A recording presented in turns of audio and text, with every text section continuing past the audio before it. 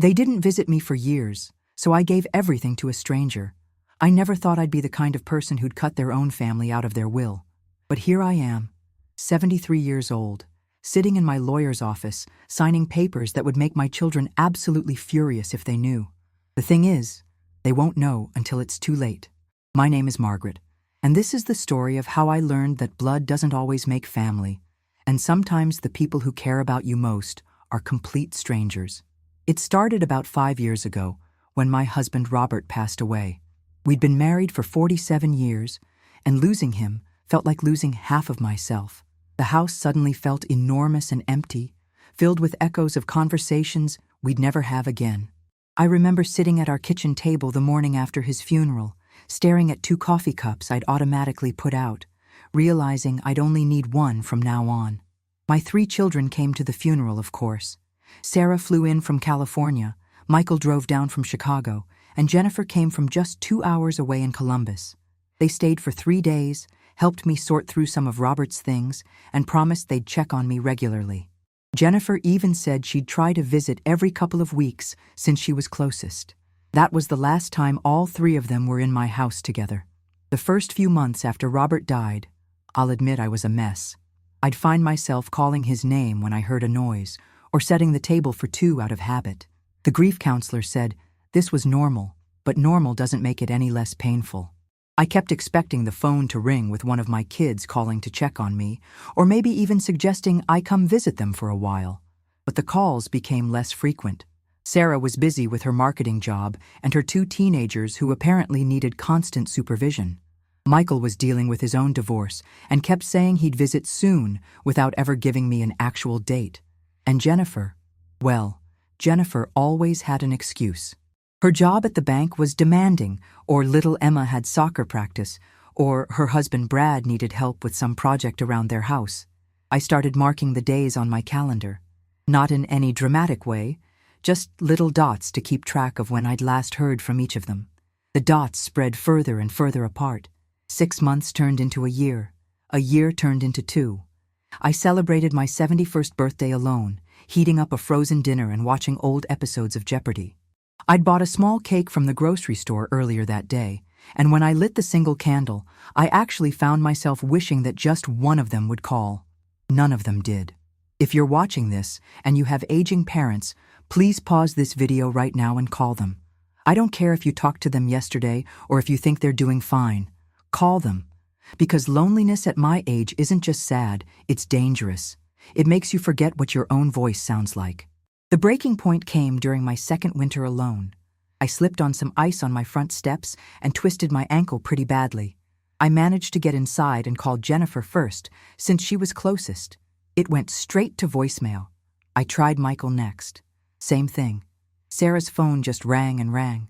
I ended up calling 911, not because I thought I was dying, but because I realized I didn't have anyone else to call. A neighbor I barely knew, Mrs. Chen from 3 houses down, saw the ambulance and came over to check on me. She stayed with me at the hospital for 4 hours, made sure I got home safely, and even brought me groceries the next day since I couldn't drive. Mrs. Chen was 78 years old and had lived in the neighborhood for less than 2 years. She showed me more kindness in 1 day than my own children had in months. When I finally reached Jennifer 2 days later, she seemed annoyed that I'd gone to the hospital without telling her first, as if I'd had a choice. She said she'd been at Emma's school play and couldn't answer her phone. I wanted to ask her when exactly she'd planned to return my call, but I didn't have the energy to fight. That's when I started paying attention to the people who actually were there for me. Mrs. Chen introduced me to a group of women who met for coffee every Tuesday at the community center. There was Dorothy, a retired nurse whose husband had died around the same time as Robert. Linda, whose children lived across the country and visited maybe once a year. And Gloria, who'd never married, but had spent her career teaching kindergarten and treating every child like her own. These women became my lifeline. We shared stories, played cards, and looked out for each other in ways that felt natural and genuine. When Dorothy had her gallbladder surgery, we took turns bringing her meals. When Linda's arthritis flared up, Gloria and I helped her with grocery shopping. When I caught a terrible flu last winter, they checked on me every day until I was better. But the most important person who came into my life was someone I met completely by accident. His name was Marcus, and I first encountered him at the grocery store about 18 months ago. I was struggling to reach something on a high shelf, probably looking pretty pathetic as I tried to use a box of cereal to knock down a jar of pasta sauce.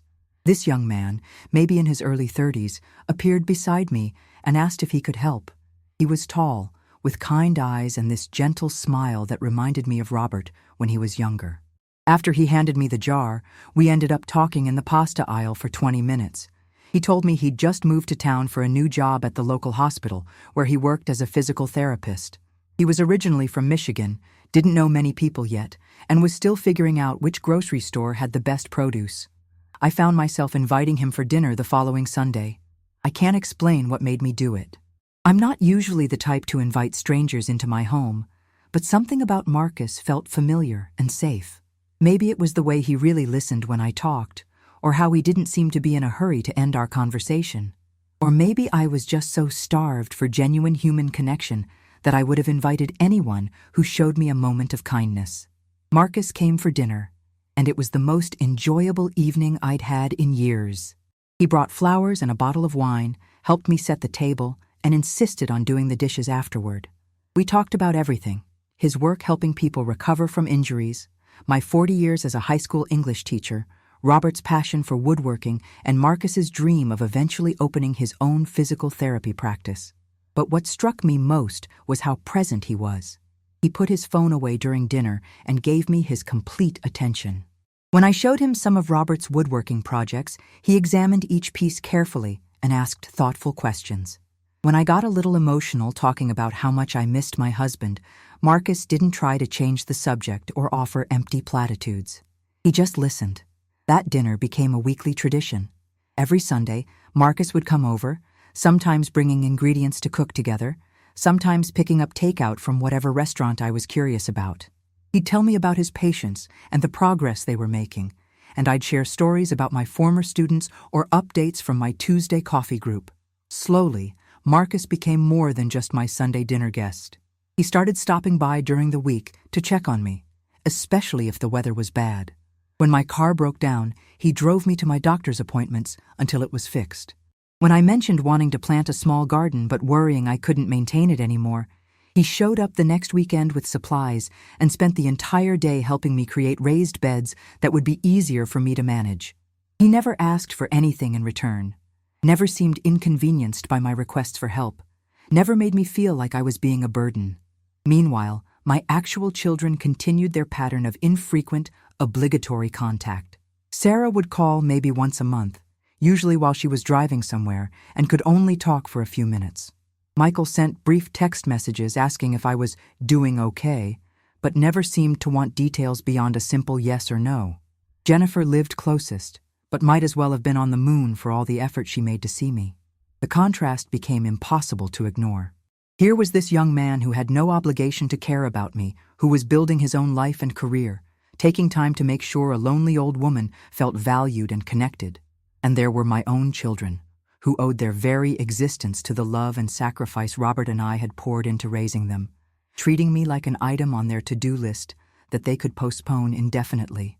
About a year ago, something happened that made me realize just how much Marcus had come to mean to me, and how little my own children seemed to care about my well-being.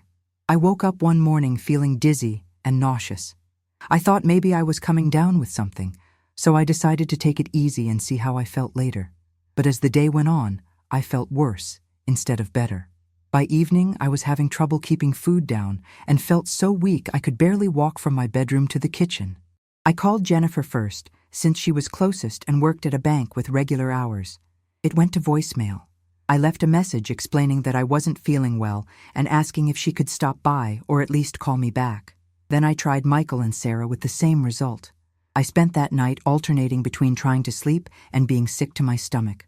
By the next morning, I knew I needed medical attention, but I felt too weak and dizzy to drive myself anywhere. I didn't want to call an ambulance again unless it was truly an emergency, but I was starting to get scared. That's when I remembered Marcus had given me his cell phone number and told me to call if I ever needed anything, even if it seemed small or silly. He answered on the second ring. The moment I explained how I was feeling, he said he'd be right over. 20 minutes later, he was at my door with a thermometer, some electrolyte drinks, and a calm, professional demeanor that immediately made me feel less frightened.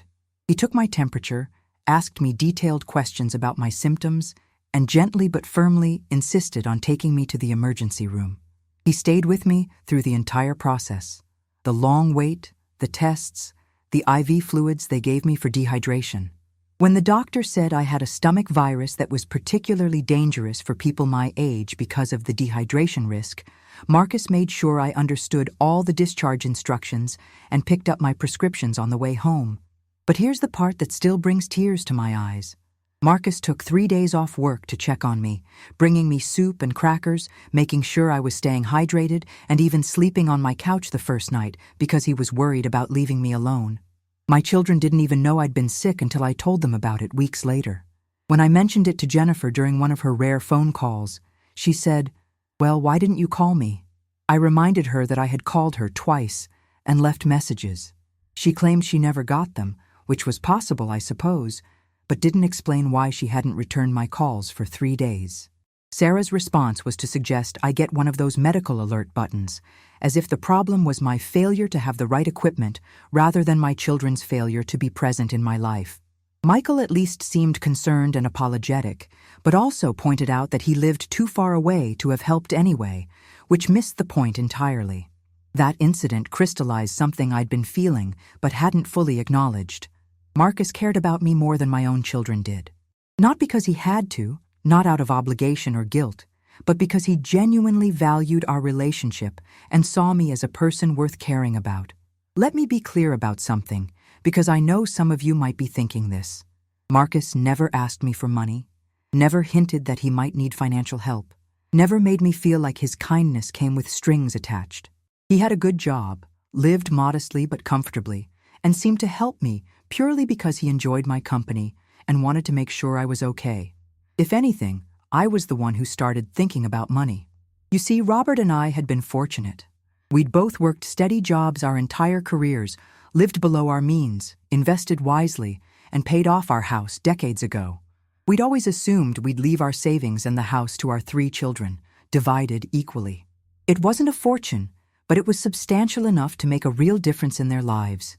Maybe help with their mortgages, their children's college funds, or their own retirement savings. But as the months passed and the contrast between Marcus's care and my children's neglect became more and more obvious, I started questioning whether they deserved that inheritance. Had Sarah, who couldn't be bothered to return phone calls when I was sick, really earned the right to benefit from 47 years of careful financial planning? Did Michael, who sent me birthday cards 2 weeks late and visited maybe once every 18 months, deserve to inherit money that could change his life? Should Jennifer, who lived 2 hours away but acted like I lived on another planet, receive a windfall simply because she happened to be born to Robert and me? Meanwhile, Marcus continued showing up, week after week, month after month. He helped me navigate Medicare paperwork when it became confusing. He researched contractors when I needed some work done on my roof and made sure I didn't get overcharged. He drove me to Robert's grave on our anniversary and waited patiently while I talked to my husband's headstone for 20 minutes. Marcus had become the son I'd always hoped to have, while my actual children had become strangers who happened to share my DNA. I want to pause here and ask those of you watching to really think about this. How often do you call your parents? When was the last time you visited them, not for a holiday or special occasion, but just because you wanted to spend time with them? Do you know what their daily life looks like, what they worry about? What makes them happy? Your parents won't be here forever. I know that sounds like something every old person says, but it's true in a way you might not fully understand until it's too late. The time you don't spend with them now is time you can never get back. About 6 months ago, I made a decision that would have seemed impossible to me 5 years earlier. I called my lawyer and made an appointment to change my will. I won't lie. It was one of the hardest conversations I've ever had to initiate. How do you explain to someone that you want to disinherit your own children in favor of a young man you met in a grocery store? How do you put into legal language the difference between biological connection and genuine care? My lawyer, Mr. Peterson, had handled Robert's and my legal affairs for over 20 years. He knew my children, had helped us set up education funds for my grandchildren, and had always assumed our estate would pass to them. When I explained what I wanted to do, he was quiet for a long time. Finally, he asked me if I was sure and whether I'd considered the impact this might have on my family relationships. I told him that my family relationships were already practically non-existent and that I was tired of hoping they might improve someday. But Mr. Peterson made me think more carefully about my decision. He suggested I consider a compromise, maybe leaving the bulk of my estate to my children, but including a substantial bequest for Marcus, or perhaps setting up the inheritance with conditions that would encourage my children to be more present in my life.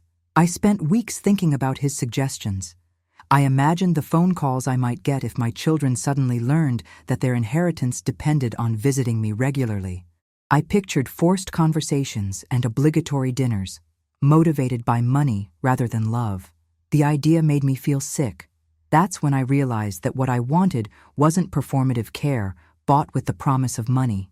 I wanted what Marcus had already given me freely: genuine affection, consistent presence, and the feeling that my life had value to someone. So I made a decision that might seem extreme to some of you, but felt absolutely right to me. I decided to leave everything: the house, the savings accounts, the investments, all of it, to Marcus. Everything except for small sums to each of my children. Not enough to hurt them financially, but not enough to change their lives either. Just enough to make it clear that I hadn't forgotten about them, but that I'd chosen to give my real legacy to someone who had earned it. I also wrote letters to each of my children, to be delivered with the will after my death. In those letters, I tried to explain my decision without being cruel or vindictive. I told them I loved them, that I was proud of the people they'd become, but that love alone wasn't enough to sustain a relationship. I explained how lonely I'd been since their father died, and how Marcus had filled a void in my life that they'd chosen not to fill. I hope they'll understand someday, though I suspect they'll be too angry and hurt to see my perspective at first. The hardest part wasn't writing those letters or signing the legal documents. The hardest part was deciding whether to tell Marcus what I'd done. On one hand, I wanted him to know how much his kindness had meant to me, how he'd quite literally saved my life by giving me something to look forward to each week. On the other hand, I worried that knowing about the inheritance might change our relationship, might make him feel obligated to continue caring for me, or, worse, might make him question whether I'd been genuine in my affection for him. I ultimately decided not to tell him, at least not yet. Our relationship would continue exactly as it had been, based on mutual care and enjoyment of each other's company, with no financial considerations clouding our interactions. But there's something beautiful about knowing that when I'm gone, this young man who showed kindness to a lonely stranger will be rewarded in a way that might help him achieve his dreams. Maybe he'll be able to open that physical therapy practice he's talked about. Maybe he'll buy a house and start a family of his own. Maybe he'll just have the financial security to continue being the generous, caring person he already is. Meanwhile, my children will have to confront the consequences of their choices. They'll have to face the fact that while they were too busy for their mother, a stranger stepped in to provide the love and attention they couldn't be bothered to give. I know some of you might think I'm being too harsh, that my children had their own lives to live and their own problems to deal with. And you're right, they did. But so did Marcus. He had a demanding job, his own challenges and stresses, his own goals and dreams. The difference is that he made room in his life for caring about someone else. 3 weeks ago, something happened that confirmed I'd made the right decision. I was hospitalized again, this time for what turned out to be a minor heart episode. Nothing life-threatening, just my body reminding me that I'm 73 years old and need to pay attention to warning signs. But it was scary enough that the doctors wanted to keep me overnight for observation. Marcus was there within an hour of my calling him. He brought a bag with my medications, my reading glasses, and the book I'd been working on, anticipating everything I might need for an overnight stay. He talked to the doctors, made sure I understood everything they were telling me, and stayed until visiting hours ended. The next morning, he was back with fresh clothes and my favorite coffee from the place near his apartment. He'd arranged to work a later shift so he could drive me home and make sure I was settled. I didn't hear from any of my children until 2 days later, when Jennifer called for her monthly check-in, and I mentioned I'd been in the hospital. She seemed genuinely concerned and apologetic, saying she would have come if she'd known. But the truth is, she could have known. I'd tried calling her from the hospital, just like I always did when something important happened. The call went to voicemail, just like it always did. As I was recovering at home over the next few days, I found myself thinking about legacy and what it really means. Is it just about passing down money and property to the people who happen to be related to you? Or is it about recognizing and rewarding the people who actually made your life better? My children will inherit some things from me, whether they know it or not. They got my love for reading, Robert's stubbornness, my mother's recipe for chocolate chip cookies. They have memories of family vacations and Christmas mornings, and all the ways Robert and I tried to give them a good childhood. Those things can't be taken away by any legal document. But my financial legacy, the tangible result of a lifetime of work and saving and planning, that's going to someone who earned it through kindness rather than biology. I think Robert would understand my decision.